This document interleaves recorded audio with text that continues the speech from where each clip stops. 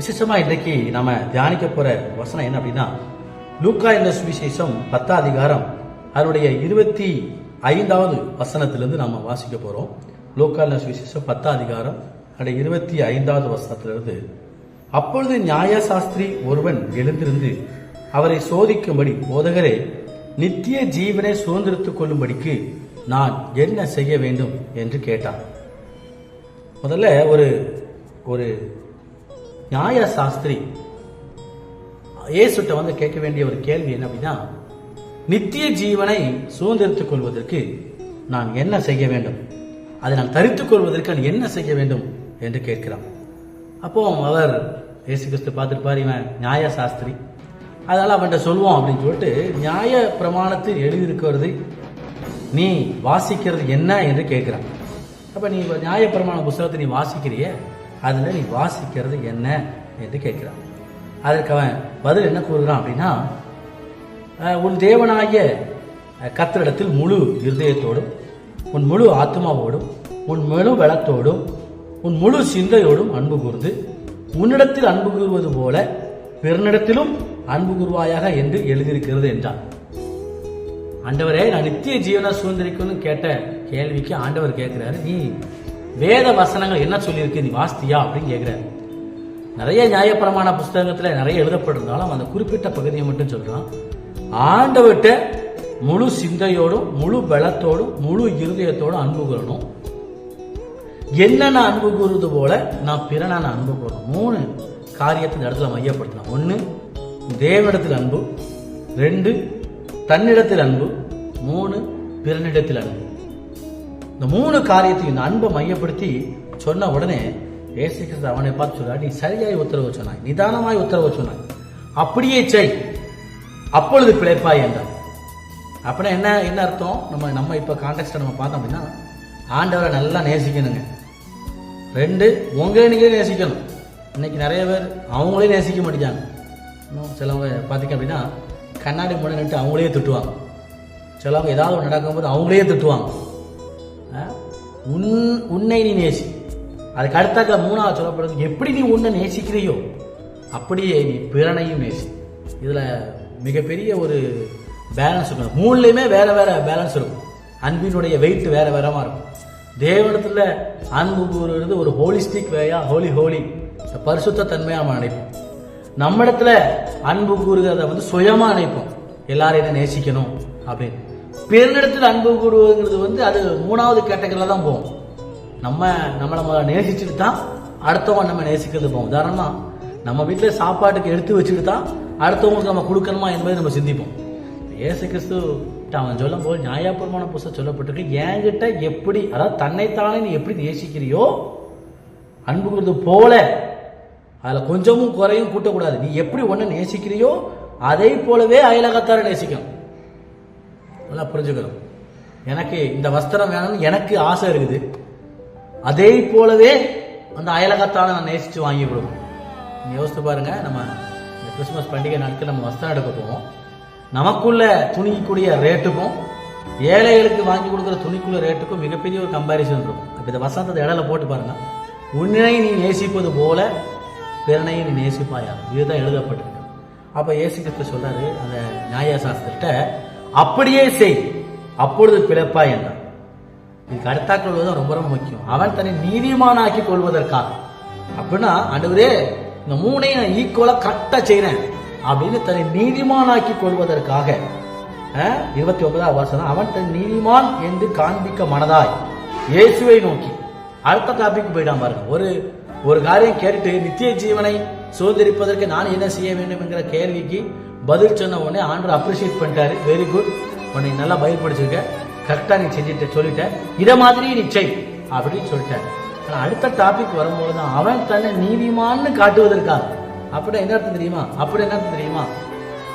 எல்லாரும் முன்னிலையிலும் நான் இதெல்லாம் செய்யறேன். அப்படின்னா எதெல்லாம் செய்யறேன்? ஆண்டவரை என் முழு இதயத்தோடு, ஆத்மாவோடு, பலத்தோடு நேசிக்கிறேன். 2வது, என்ன நான் நேசிப்பது போல என் அயலகத்தார நான் நேசிக்கிறேன். அப்படின்னா நான் கரெக்டா நியாயப்பிரமாண புஸ்தகத்தை கடைபிடிச்சு வருகிறேன் அப்படின்னு சொல்லிட்டு தன்னை நீதிமான் அவனே நினைச்சுக்கிட்டு, நிறைய பேர் நினைப்பாங்க இன்னும் மற்றவங்க அவங்கள குறிச்சு என்ன நினைக்கிறாங்களோ இல்லையோ அவங்களையே பெருமையா நினைச்சுக்கிடுவாங்க. 4 பேர்கிட்ட பேசும்போது அவங்களையே பெருமையாக பேசுவாங்க. ஆனால் அவங்ககிட்ட ஆன்னு தலையாயிட்டு அவங்க தள்ளி போய் அவங்கள பற்றி அவதூறாக பேசுவாங்க. இங்கே பேர் அவனையே புகழ்ந்துக்கிறான், அவனுக்குள்ள வீக்னஸ் அவனுக்கு தெரிய மாட்டேங்குப்பாரு அப்படின்னு புகழுக்கு தவறாக சித்தரித்து பேசுகிறவங்க நம்ம சுற்றிலும் இருப்பாங்க. இவன் தன்னை நீதிமான் என்று காண்பிப்பதற்காக இயேசுக்கு அடுத்த கேள்வி கேட்குறான், எனக்கு பிறன் யார், எனக்கு பிறன் யார் என்று கேட்பதை நம்ம பார்க்க முடியும். உடனே இயேசு அதற்கு பிரதியுத்தரமா உனக்கு இப்படிதான்ப்பா அப்படிங்கிற பதில சொல்லாம இயேசு கிறிஸ்து கேட்கிறாரு, ஒரு கதை சொல்ல ஆரம்பிக்கிறார். எருசலேமிலிருந்து எரிகோவுக்கு ஒரு மனுஷன் போனதையும் கள்ளர் கையில் அகப்பட்டு குச்சூராய் கிடக்கிற அந்த ஓமையை இயேசு கிறிஸ்து அங்கே மையப்படுத்துறார். பாருங்க, இந்த ஓமையில 3 நபர்கள் கடந்து வராங்க. ஒன்று ஒரு ஆசாரியன், தேவனுடைய ஊழியத்தை செய்யக்கூடிய ஒரு நபர். 2வது ஒரு லேவியன், தேவனுடைய ஊழியக்காரனுக்கும் தேவனுடைய ஊழியத்துக்கும் பணிவிடை செய்யக்கூடிய இன்னொரு நபர். 3வது வரக்கூடியவன் தான் தேவனுடைய ஆலயத்துக்கும் ஊழியத்துக்கும் புறம்பே தள்ளப்பட்ட ஒரு சமாரியன். நல்லா புரிஞ்சுக்கணும். இந்த 3 நபர்களை வச்சு ஆண்டவர் இங்க ஒரு பாடம் எடுக்கிறார். யாரு பிறன்?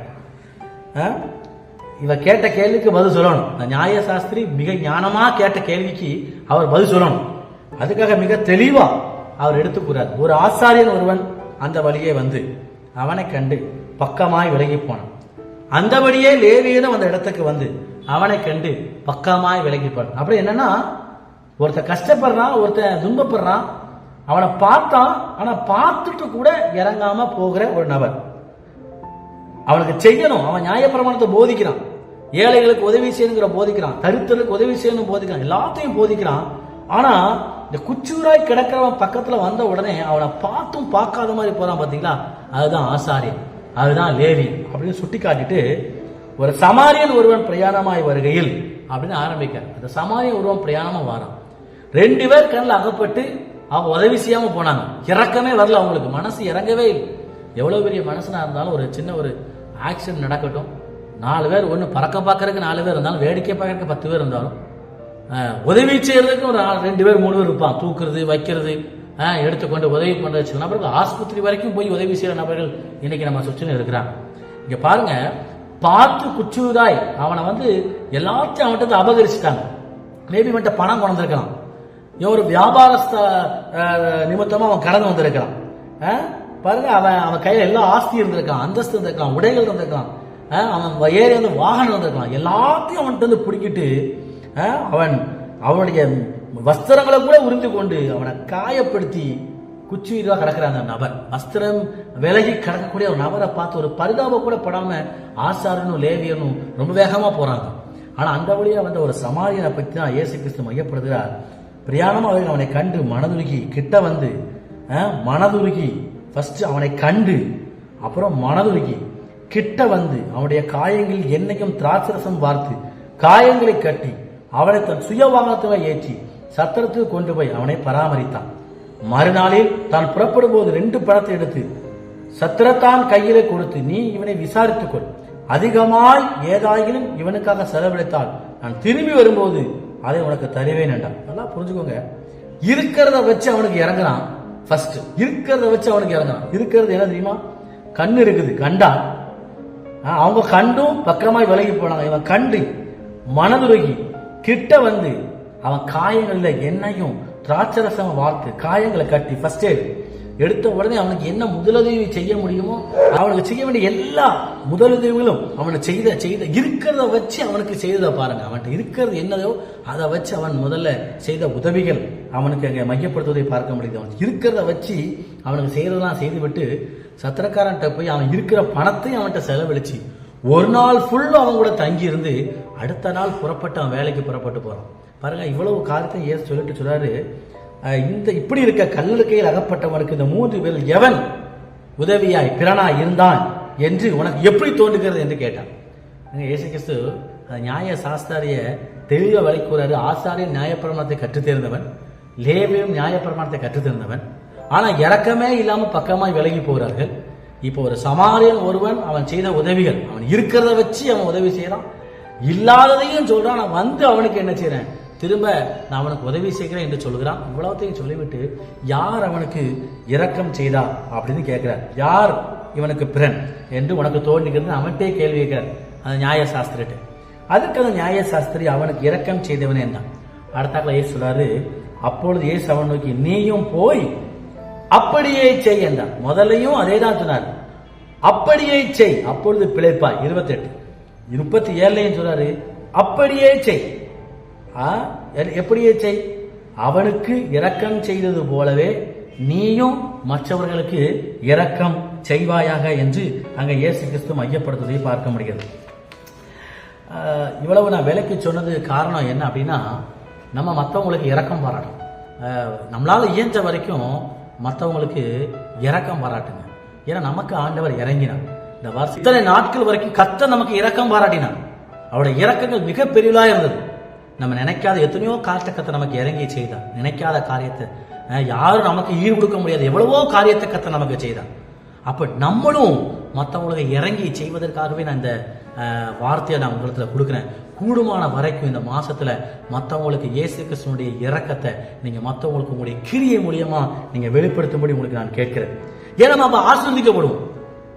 யாத்திராகமத்தின் புஸ்தகம் 1 அதிகாரம் 14வது வசனம் 21வது வசனத்தின் வரைக்கும் இங்க வாசிக்கும் போது, எபிரேய மருத்துவச்சிகள் எபிரேய ஸ்திரீகள், அதாவது பார்வோனுடைய கட்டளையை மீறி எபிரேய மருத்துவச்சிகள் எபிரேய குழந்தைகள் மீது இரக்கம் பாராட்டினாங்க. நீங்க அந்த முழு வசனத்தை நீங்க வாசித்து பார்த்தா 16வது அதிகாரத்துல இருந்து ஆண்டவருக்கு பயந்து பார்வோனுடைய கட்டளைக்கு கீழ்ப்படியாம ஜனங்களுக்கு இறங்கினாங்க. அவங்க வந்து கூடுமான வரைக்கும் பிள்ளைகளை வந்து பார்வோன் சொன்ன கட்டளை கேட்டால் போல் பிள்ளைகளை நிர்மூலமாக்காம பிள்ளைகள் பிழைப்பதற்கேற்ற வாசலை திறந்து கொடுத்தாங்க, இரக்கம் பாராட்டினாங்க. ஏன்னா அவங்களுக்கு கிடைத்திருக்க ஒரு ஜாப், அவங்க மேபி ஒரு கவர்மெண்ட் ஜாப்பா இருக்கலாம். ஏன்னா மருத்துவ மருத்துவத்துறையில அவங்க பணியாற்றுறாங்க. அரசாங்கத்துக்கு கட்டுப்பட்டு அதை செய்யணும். பாருங்க, எகிப்தின் ராஜா கட்டளை போட்டிருக்கான், எந்த ஒரு ஆண் பிள்ளைகளையும் நீ உயிரோட வைக்கக்கூடாதுங்கிற கட்டளை போட்ட பின்பும் இந்த எபிரேய மருத்துவச்சிகள் கர்த்தருக்கு பயந்து அந்த ஆண் பிள்ளைகளை பிழைக்கும்படி செய்யறாங்க.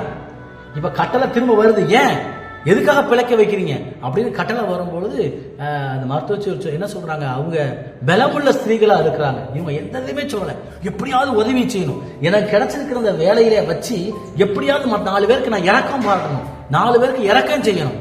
ஸோ கேட்டுக்கொண்டிருக்கிற நண்பா, உனக்கு ஆண்டவர் கொடுத்துருக்கிற வேலை, ஊழியம், இல்லை நீ செய்யற பிசினஸ், ஏதாவது ஒன்று ஆண்டு ஒன்று தந்திருக்கிறதுல நீ 4 பேருக்கு இறக்கம் பாராட்டு, இறக்கம் பண்ணு. ஏத்த இங்க இரக்கம் செய்வதை அவன் இரக்கம் பாராட்டியது நிமித்தம் வசனம் தெளிவாய் சொல்லப்பட்டிருக்கிறது, தேவன் அவர்களுக்கு நன்மை செய்தார். 20வது வசனம், யாத்திராகமம் 1 அதிகாரம் 20வது வசனம் சொல்லப்பட்டிருக்கு, தேவன் அவர்களுக்கு நன்மை செய்தார். 21வது வசனம் சொல்லப்பட்டிருக்கு, அவர்களுடைய குடும்பம் தலைத்தது. யாருடைய குடும்பம் தலைத்தது தெரியுமா? இரக்கம் பாராட்டினுடைய குடும்பம் தலைத்தது. கேட்டுக்கொண்டது தானே சகோதரா சகோதரி, எந்த அளவுக்கு தேவன் எனக்கு கொடுத்திருக்கிற அந்த பொறுப்பா இருக்கட்டும், ஆஸ்தியா இருக்கட்டும், அந்தஸ்தா இருக்கட்டும், நான் மற்றவங்களுக்கு எந்த அளவுக்கு இறங்குறனோ அந்த அளவுக்கு தேவன் எனக்கு நன்மை செய்வார், என்னுடைய குடும்பத்தை ஆண்டு தலைக்க பண்ணுவார். நம்ம ரொம்ப சில காலம் நம்ம இருக்க பிடிச்சிட்டு உட்கார்ந்துருப்போம். நான் ஏன் அவங்களுக்கு செய்யணும், நான் ஏன் அவங்களுக்கு உதவி பண்ணணும், நான் ஏன் அவங்கள நான் கவனிக்கணும் அப்படி நம்ம நினைக்கலாம். இந்த வசனத்தின் அடிப்படையில் சொல்றேன், எபிரேய மருத்துவச்சிகள் மற்றவர்களுக்கு இரக்கம் பாராட்டினாங்க. ராஜா உதவி செய்தானோ இல்லையோ, ராஜா அவங்களுக்கு சம்பளம் போட்டானோ இல்லையோ, ராஜா அவங்களுக்கு தேவையான சன்மானங்களை கொடுத்தானோ இல்லையோ, ஒண்ணு தேவன் அவர்களுக்கு நன்மை செய்தார். இன்னைக்கு ஆண்டவர்களுக்கு நன்மை செய்யணுமா, மற்றவர்களுக்கு நீங்க இரக்கம் செய்யுங்க. இன்னைக்கு உங்களுடைய குடும்பத்தை ஆண்டவர் தலைக்கப்படணுமா, மற்றவங்களுக்கு நீங்க இரக்கம் பாராட்டுங்க. அப்படி செய்தா நிச்சயமாகவே தேவனுடைய கரத்திலிருந்து நம்ம ஆசீர்வாதத்தை. எனக்கு இந்த வசனம் ரொம்ப பிடிச்சிருந்துச்சு. இவங்க ஏதோ ஒரு உதவி தானே பண்ணாங்க, அவங்க பண்ண உதவிக்கு ஆண்டவரே இறங்கி வந்து அவங்களுக்கு நன்மை செய்யவும், ஆண்டவரே இறங்கி வந்து அவங்க தலைமுறை அவங்க குடும்பத்திற்கு தலைத்து ஆசீர்வாதத்தை பெற்றுக்கொள்வதற்கு ஆண்டவர் உதவிப்படார். பார்த்தீங்களா? ஏன்னா நியாயத்தீர்ப்பு நாட்கள்ல ஆண்டவர்கிட்ட வந்து சில நபர்கள் கேட்பாங்க, ஆண்டவரே நீங்க எப்ப ஆண்டவரே வந்தீங்க? ஆண்டவர் சொல்லுவார், நான் பசியா இருந்தேன், நீ எனக்கு ஆகாரம் கொடுத்த. நான் வஸ்திரம் இல்லாத இருந்தேன், நான் வஸ்திரத்தை கொடுத்தேன். நான் சிறைச்சாலை இருந்தேன், என்னை பார்க்க வந்தேன். இதையெல்லாம் நீ அவங்களுக்கு அல்ல எனக்கே செய்து. யாருக்கு நீ இரக்கம் பார்க்கினாயோ அந்த இரக்கம் நீ அவங்களுக்கு அல்ல, நீங்க எனக்கே செய்தீங்க. நல்லா யோசித்து பாருங்க. கிறிஸ்தவா இருக்க நாம் எத்தனை நபருக்கு நம்மளால் இயன்ற வரைக்கும் இரக்கம் பாராட்ட வேண்டுமோ அந்த இரக்கத்தை நீங்க செய்யுங்க. ஏன்னா கர்த்தருடைய ஜெபத்தை நம்ம எப்படி ஜெபிக்கிறோம்? நான் மற்றவருடைய குற்றங்களை மன்னிக்கிறது போல நீர் என் குற்றங்களை மன்னிப்பீராக. வெறும் ஜெபம் பண்ணா மட்டும் போதாது. ஆண்டவரே மற்ற குற்றம் மன்னிக்கிறது போல, அவங்க கடன்களை மன்னிப்பது போல என் கடன்களை மன்னித்தரலும். ஜோமா மட்டும் போதாது, நான் எந்த அளவுக்கு மன்னிச்சிருக்கிறேன், எந்த அளவுக்கு இரக்கம் பாராட்டுக்குன்னு நம்ம சிந்தித்து பார்த்தோம் என்று சொன்னால் அதில் இருக்கிற வசனத்தினுடைய ஆழம் உங்களுக்கு நன்றாகவே தென்படும். நம்ம எந்த அளவுக்கு தரித்திரர்களுக்கு, நீதிமொழிகள் 14:21 சொல்லப்பட்டிருக்கு, தரித்திரருக்கு இறங்குவோர் பாக்கியவான்கள். அதே மத்தேயு 5 மலை பிரசங்கத்தில் இயேசு கிறிஸ்து சொல்வார்ல, இரக்கம் உள்ளவர்கள் பாக்கியவான்கள், அவர்கள் இரக்கம் பெறுவார்கள். இரக்கம் உள்ளவர்கள் பாக்கியவான்கள், அவர்கள் இரக்கம் பெறுவார்கள். அதே ரோமாபுரிக்கு சொல்லும்போது இரக்கம் செய்கிறவன் உற்சாகத்தோட இரக்கம் செய்யக்கிறவன். யார் சொல்லி செய்யும் கிடையாது, அவன் உற்சாகத்தோட செய்யக்கிறவன் என்று சொல்லப்பட்டிருக்கிறது. நம்ம மத்தேயுல இயேசு கிறிஸ்து சொன்னது போல, பலியை அல்ல நான் இரக்கத்தையே விரும்புகிறேன், நான் இரக்கத்தையே விரும்புகிறேன். நீங்கள் அப்படி செய்தால் குற்றமில்லாத நீங்கள் குற்றப்படுத்த மாட்டீர்கள். பாருங்க, நம்ம இரக்கம் இல்லாத நம்ம வசம் தெளிவாக சொல்லப்பட்டிருக்கு, வலியை அல்ல இரக்கத்தையே விரும்புகிறேன் என்பதை நீங்கள் கற்றுக்கொள்ளுங்கள். இரக்கத்தை மற்றவங்க செய்வதை கற்றுக்கொள்ளுங்கள். இன்னைக்கு கர்த்தர் எனக்கு கற்றுக் கொடுத்த நான் உங்களுக்கு சொல்லியிருக்கிறேன். மற்றவர்கள் மேல கூடுமானவருக்கு இரக்கம் பாராட்டுங்க. யாராவது நம்மகிட்ட உதவின்னு கேட்கும் பொழுது மூஞ்ச தூக்காதீங்க, வச்சுக்கிட்டு இல்லைன்னு சொல்லாதீங்க. தரித்திர பார்க்கணும், உதவி செய்ய போங்க. யாராவது வீடு தேடி ஆகாரம் கேட்ட ஆகாரம் கொடுங்க. யாராவது வஸ்திரம் இல்லைன்னு சொல்லி நின்னா முறுமுறுக்காங்க, ஏந்த வரைக்கும் வஸ்திரத்தை கொடுங்க. தேவையில் வாடுவோருக்கு நீங்க உதவி செய்யும்படி இந்த மாதத்துல நான் உங்களை கெஞ்சி கேட்டுக்கிறேன். காரணம், நம்முடைய தேவன் ஐஸ்வர்ய, நம்முடைய தேவன் 1000 தலைமுறை வரைக்கும் இரக்கம் செய்கிற தேவன். 1000 தலைமுறை வரைக்கும் அவர் இரக்கம் பாராட்டுகிறவர். எனக்கு நன்மை செய்யணும், என் குடும்பத்தை தலை தோங்கி இரக்கம் பாராட்ட வேண்டும் என்று சொன்னால் நான் மற்றவங்களுக்கு நம்ம இரக்கம் செய்யணும். இறங்கி கடன் கொடுப்போம், இறங்கி ஆசீர்வாதத்தை கட்டிடுவோம், இறங்கி ஏழைகளுக்கு உதவி செய்வோம், இறங்கி தரித்திரர்களுக்கு நம்ம ஆதரவாக இருப்போம். நிச்சயமாகவே இந்த வரக்கூடிய பண்டிகை கிறிஸ்துமஸ் நாட்கள் எல்லாம் தேவன் உங்களுக்கு மனப்பூர்வமான ஆசீர்வாத தேவன் கட்டளையிட்டு உங்களை வழிநடத்துவார். நிச்சயமாகவே ஜெபசிந்தியோடு கூட இந்த கர்த்தருடைய ஆசீர்வாதத்தை நாம் பெற்றுக்கொள்வோம். கர்த்தர் நம்மை ஆசீர்வதிப்பாராக. ஆமென்.